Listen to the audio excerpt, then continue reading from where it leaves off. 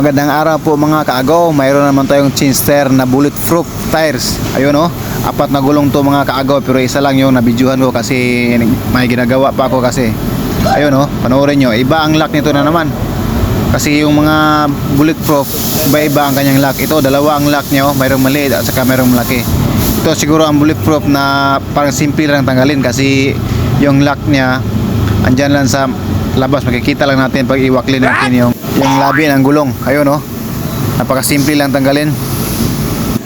Yung mga baguhan dyan, panoorin niyo to para makita nyo at malaman nyo kung paano ito baklasin pag makasalubong kayo ng ganitong gulong na bulletproof tires.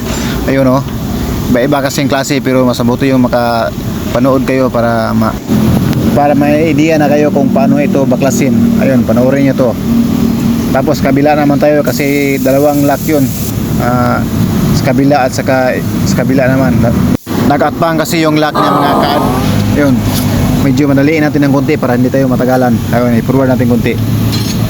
O yan, yun ang laman sa ilalim. O ayun o. Ayun. Yun, kunin natin yung isa. Yan. Parang plastic lang yun mga kaagaw. May mahalo ring bakal. Thank you for watching guys. Yung nanonood dyan, salamat sa mga panood sa aming video. Bye bye. At sa susunod naman, ipakita natin papasok dyan.